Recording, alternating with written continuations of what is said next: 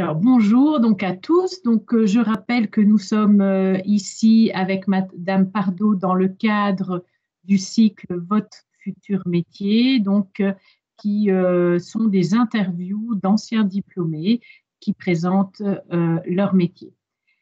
Alors, merci Madame Pardo de votre présence. Et ma première question, c'est quel est votre parcours académique? Donc, tout d'abord, j'ai commencé à l'université de Mons, qui s'appelait à l'époque UMH, Université Mons-Hainaut.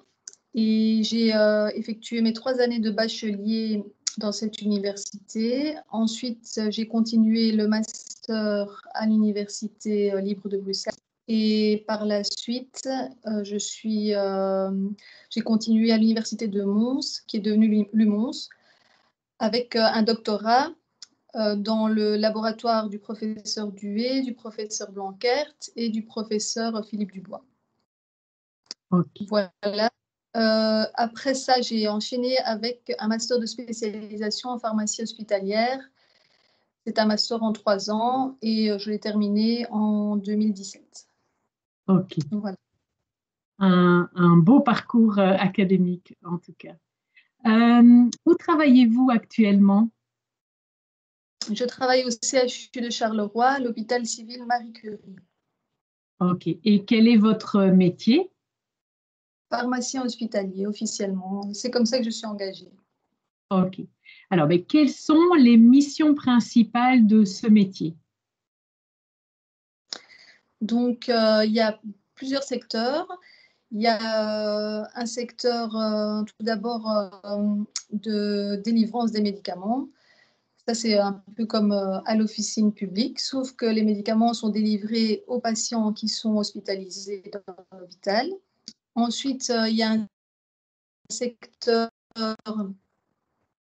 pharmaceutique. Donc, ce secteur, il y a un secteur où le pharmacien est présent dans le service d'hospitalisation ou bien dans un service de consultation et il rencontre les patients, il interagit directement avec les médecins, les infirmiers.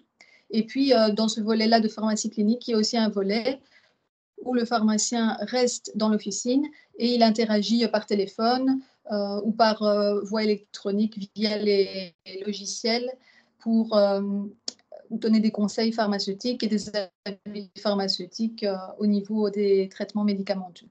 Ensuite, il y a un volet matériel, tout ce qui est implant en fait, et c'est tout ce qui relève en fait des implants de chirurgie.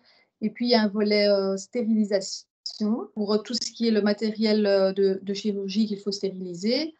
Il y a un volet essai clinique, donc les études cliniques. Le pharmacien interagit surtout au niveau conservation des médicaments, réception des médicaments et préparation des médicaments, parce qu'il y a parfois des médicaments qui sont soit le placebo, soit le médicament en étude. Et donc, dans ce cas-là, il n'y a que le pharmacien qui connaît le traitement. En fait, est-ce que c'est le placebo ou est-ce que c'est le médicament? Et ensuite, il y a un volet production. Et dans ce volet-là, c'est un travail qui se fait dans des zones à atmosphère contrôlée.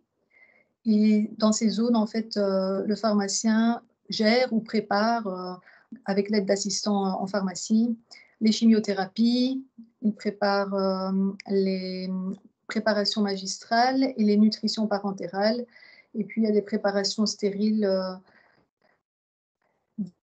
diverses, par exemple des anticorps monoclonaux et d'autres préparations stériles qui sont préparées dans ces zones. Voilà pour les différents secteurs de la pharmacie hospitalière. Ok. Alors, est-ce que vous pouvez décrire votre journée professionnelle type? Donc, en ce qui me concerne, je ne suis pas dans tous les secteurs parce que c'est assez vaste. Donc, en ce qui me concerne, je suis surtout dans la partie clinique.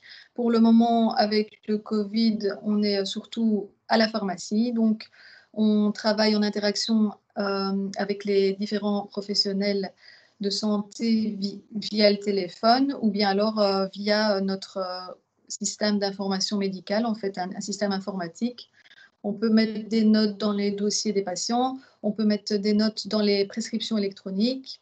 Et donc, quand en fait, on vérifie toutes les prescriptions électroniques au maximum. Et dès qu'on voit une note à indiquer, on l'indique, ou alors si c'est trop important, on téléphone aux infirmiers. On répond aussi à tous les appels qui concernent des traitements médicamenteux. Il y a notamment des questions des médecins et des infirmiers pour savoir comment administrer le médicament, quelle dilution, quel diluant. Et également des questions à médecins qui concernent on peut obtenir tel médicament facilement, est-ce que c'est compatible avec tel autre médicament au niveau interaction médicamenteuse, etc. Et alors, donc ça c'est ma journée type. Puis j'ai un autre volet où je suis plus en gestion de projet pour la gestion de l'antibiothérapie et de l'antibioprophylaxie.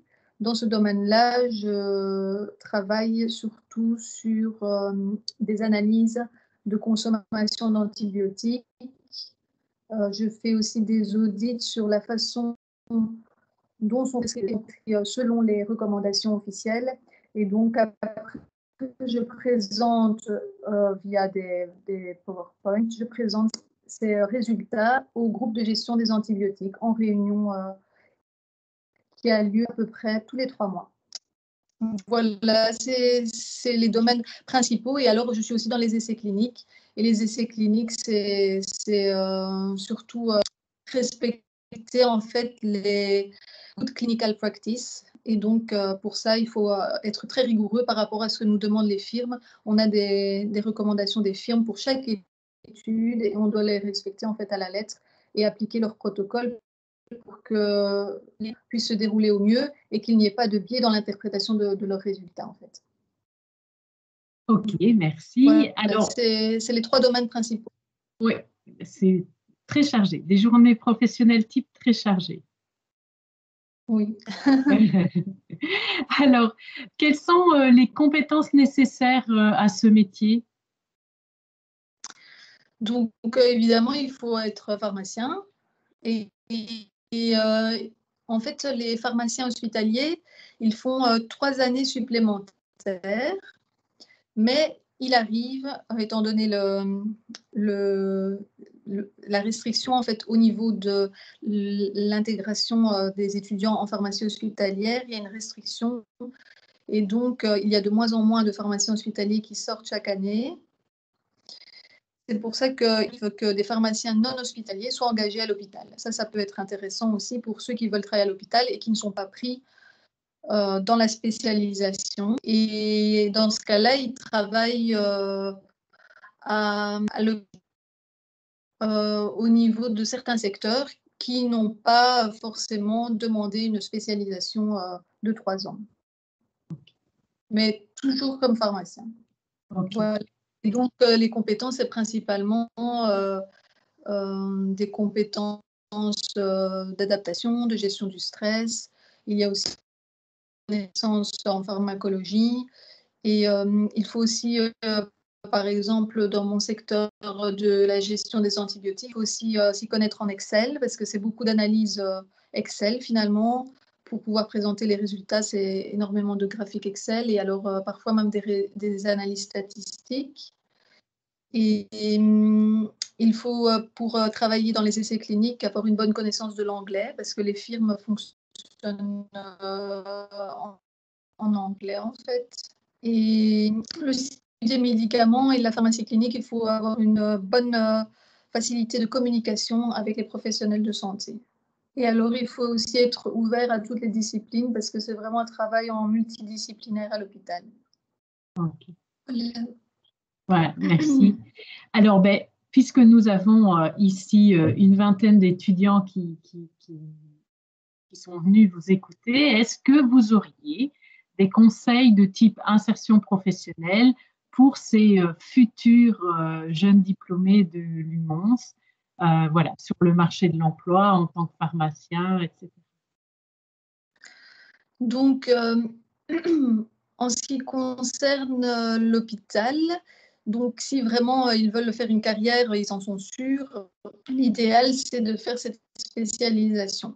Après, nous avons par exemple des besoins aussi autres en tant que pharmacien à l'hôpital. Il y a aussi par exemple des spécialisations en qualité qui peuvent être réalisées parce que la qualité à l'hôpital, c'est très important. Donc, avoir un petit master de qualité en plus, ça peut aussi aider pour être engagé à l'hôpital. Alors, il y a aussi des notions que moi, en tout cas, à l'université, j'avais vues très légèrement et donc je pense que ce serait bien d'approfondir. Par exemple, tout ce qui est à l'université, mais quand on est à l'hôpital, on se rend compte qu'on a encore besoin de plus de connaissances pour pouvoir travailler dans ce domaine-là. Et après, pour le reste, ça s'apprend sur le lieu de travail, en fait. Ok. C'est quand même une bonne formation de base à l'université, donc voilà. Ok. Ah ben, écoutez, merci pour toutes ces réponses, en tout cas par rapport à l'interview de base. Et donc maintenant, je vais laisser la parole donc, aux étudiants. Donc, soit Oui, ils posent leurs questions via le fil de conversation et je vous l'exprime, ou alors ils lèvent la main pour poser la question oralement. Donc, d'accord. voilà, je laisse les étudiants. Allez-y, n'hésitez pas. Vous êtes quand même 22 présents, donc je pense qu'il y a moyen de trouver différentes questions.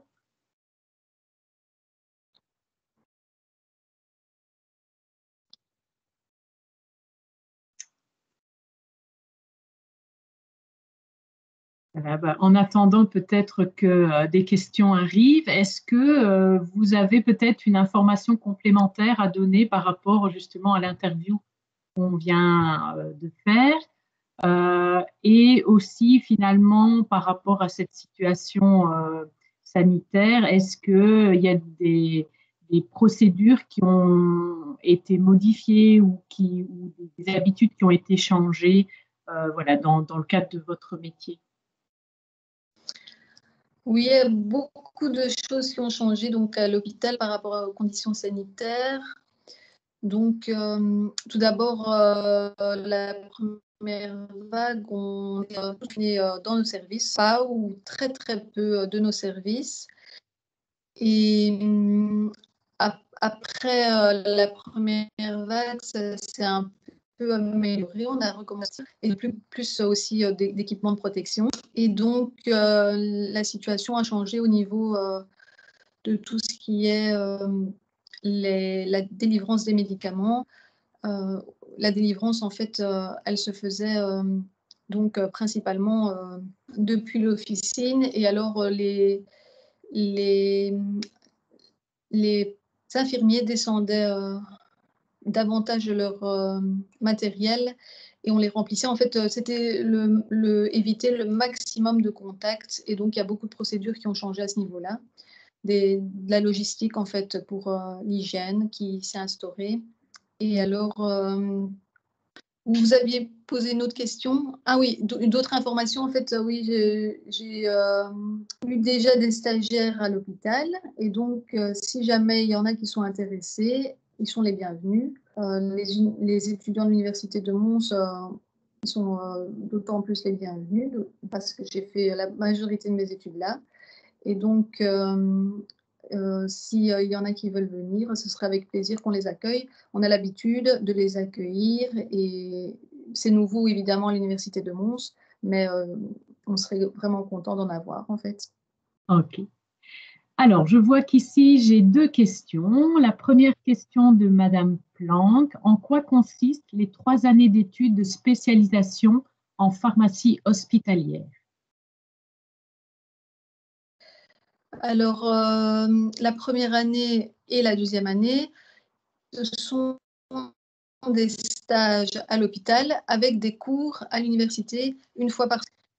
Et il y a en fait des examens en janvier et en juin à passer pendant les 2 premières. Et alors, pendant les 2 années aussi, il y a parfois des travaux à rendre, des présentations orales à effectuer, etc., au niveau de l'université. Il y a aussi des gros rapports à rendre. Par exemple, il y a des travaux et l'université sous forme de rapport. Ça peut être des gros rapports qui peuvent prendre quand même pas mal de temps. Donc, il faut quand même s'attendre à avoir 2 années assez chargées. Et ensuite, la 3e année, c'est un mémoire qui s'effectue en ce qui concerne un domaine de la pharmacie hospitalière. Et ce mémoire, il s'effectue donc à l'hôpital et il n'y a plus de cours ou pratiquement plus de cours. Donc ça, c'est pour le master qui a lieu à Bruxelles, l'université, c'est un master au niveau des 2 universités. Et donc, le master à l'université catholique de Louvain, il est légèrement différent, mais au final, c'est assez similaire. Il y a quand même un mémoire à effectuer à la fin de la 3e année, et c'est sur plusieurs mois aussi. Et à l'université catholique de Louvain, les étudiants sont encouragés la dernière année aussi à aller à l'étranger pour effectuer un stage de quelques semaines ou voire quelques mois. Voilà pour le déroulement. Si il y a besoin de plus de détails, n'hésitez pas. Ok. Alors, j'ai une deuxième question donc, de Madame Vilco. Avez-vous fait votre doctorat en même temps que votre master de spécialisation, un chevauchement, pardon, entre les deux? Donc, elle veut savoir si vous l'avez fait de manière successive ou en même temps, en fait. Non, j'ai enchaîné. En fait, j'ai fait d'abord le doctorat, 4 ans. Après avoir présenté ma thèse, j'ai commencé le master de spécialisation, 3 années. Et étant donné que le master de spécialisation demande à ce que l'étudiant soit 100% sur place à l'hôpital, à moins de faire un doctorat dans le domaine de la pharmacie hospitalière, c'est difficile de combiner les deux. Ok.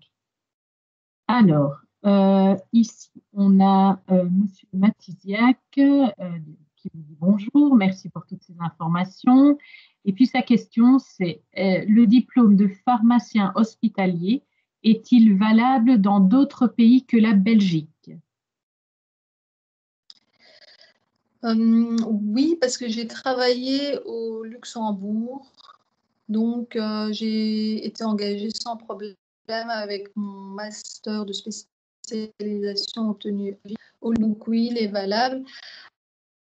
Je sais qu'en France, c'est 4 années, donc je pense que la France peut peut-être demander un complément ou bien accepterait si jamais ils ont un besoin. De toute façon, c'est toujours le besoin qui prime au niveau des hôpitaux. Donc, si jamais un master de 3 ans est Belgique, je pense que ça suffirait largement pour la France aussi, par exemple. Donc, après, je ne peux pas vous dire quel pays conviendrait, mais les pays limitrophes, en tout cas, fonctionnent sans problème. Ok. Alors, il y a Madame Bilène donc, qui demande quelles sont les conditions d'accès dont vous parliez pour pouvoir réaliser cette spécialisation. Donc, je suppose que c'est le master de spécialisation euh, que vous avez fait. Donc, quelles sont les conditions d'accès pour ce master? Les conditions d'accès, ça se base en fait sur les, les grades en fait que les étudiants ont obtenus au cours de leur cursus. Et puis, il y a une interview et les jurys qui sont présents évaluent la motivation de l'étudiant. C'est comme ça que ça se déroule. Et puis, il y a un classement qui est fait entre étudiants et les étudiants qui sont le plus haut dans le classement sont retenus pour le master. Ok, voilà. J'espère que les étudiants qui ont posé des questions, s'ils veulent poser d'autres questions, n'hésitez pas aussi, hein. Donc, et n'hésitez pas aussi à prendre la parole. Voilà.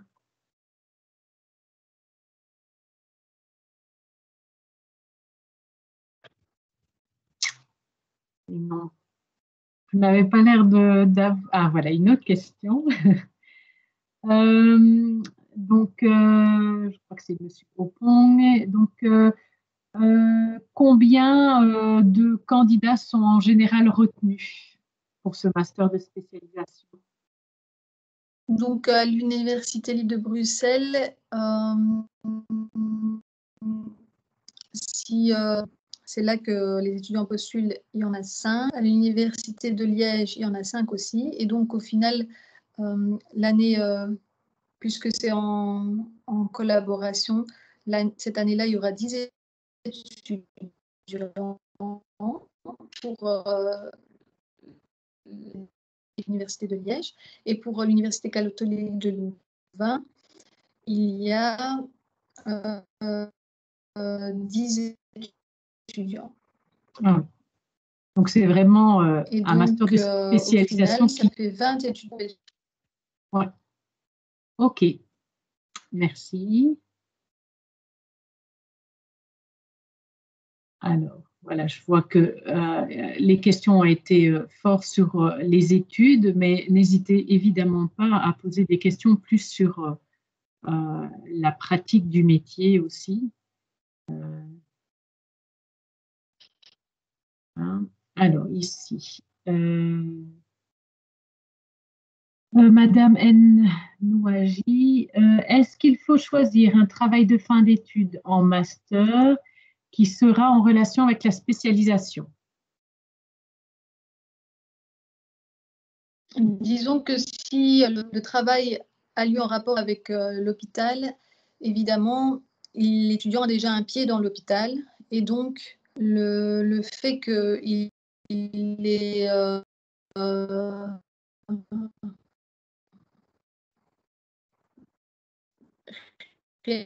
réalisé l'interview et du choix du jury, ça va évidemment jouer un rôle de faire ce choix-là.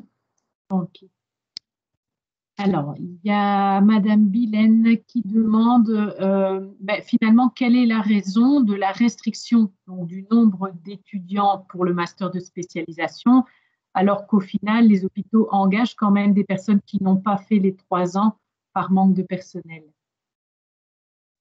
En fait, les 2 premières années, non, la première année n'est pas financée, mais la deuxième et la troisième année sont financées par le gouvernement.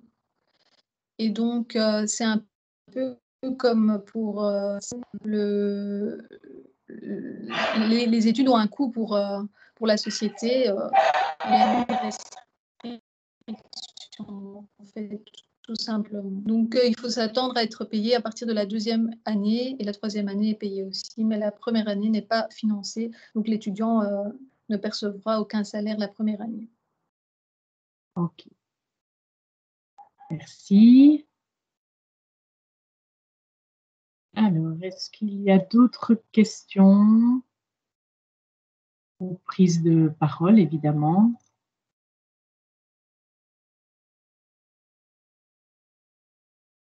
Alors, écoutez, je ne vois pas. Ah, voilà, une autre question.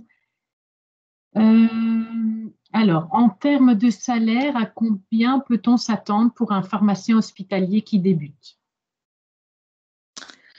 Pour un pharmacien hospitalier qui débute, c'est aux alentours de 2500 € net, je dirais. Et après, ça augmente au fur et à mesure des années. Ok. Voilà, donc je regarde, je ne vois pas d'autres questions pour le moment. Donc déjà, ah ben voilà, et il faut que je dise ça. Donc, il y a Madame Vilco qui demande, aviez-vous déjà, dès le départ, l'envie d'effectuer cette spécialisation?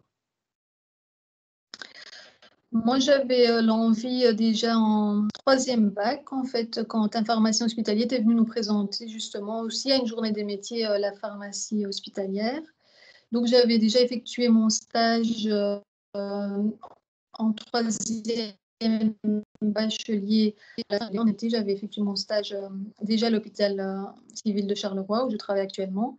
Et ensuite, j'avais encore effectué un stage en dernière année à l'hôpital. Et donc, j'étais dirigée vers cette voie. C'est le fait que j'ai une proposition de doctorat qui m'a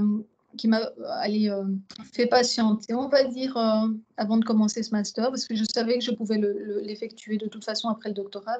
Donc, j'ai suivi finalement mon plan. J'ai effectué le master juste après le doctorat. Merci. Alors, ici, donc, Madame Plan, comment se présente un horaire de semaine pour un pharmacien hospitalier?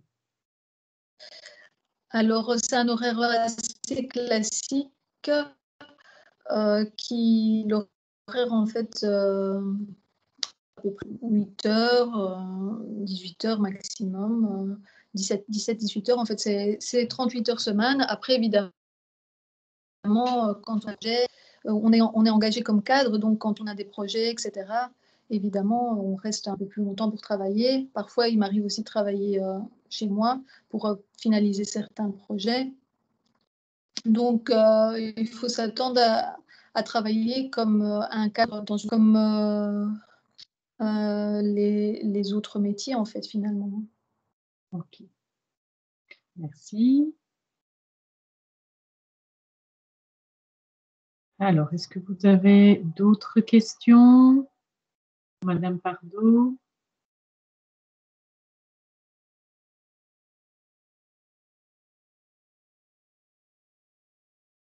Non, ici on a Madame Bilène qui dit c'est hyper intéressant, merci beaucoup. Madame Planck, pareil, merci beaucoup. Donc voilà, je pense que je vais clôturer ici l'interview Votre futur métier. Donc Madame Pardo, je vous remercie vraiment beaucoup pour cet échange d'expérience avec les étudiants du Mons. Je remercie aussi les étudiants d'avoir participé à cette interview et d'avoir posé de nombreuses questions. Voilà, ben, je vous remercie beaucoup et puis au plaisir de nous rencontrer peut-être en présentiel dans quelques mois. Oui, on l'espère beaucoup. Merci, avec plaisir. Au revoir.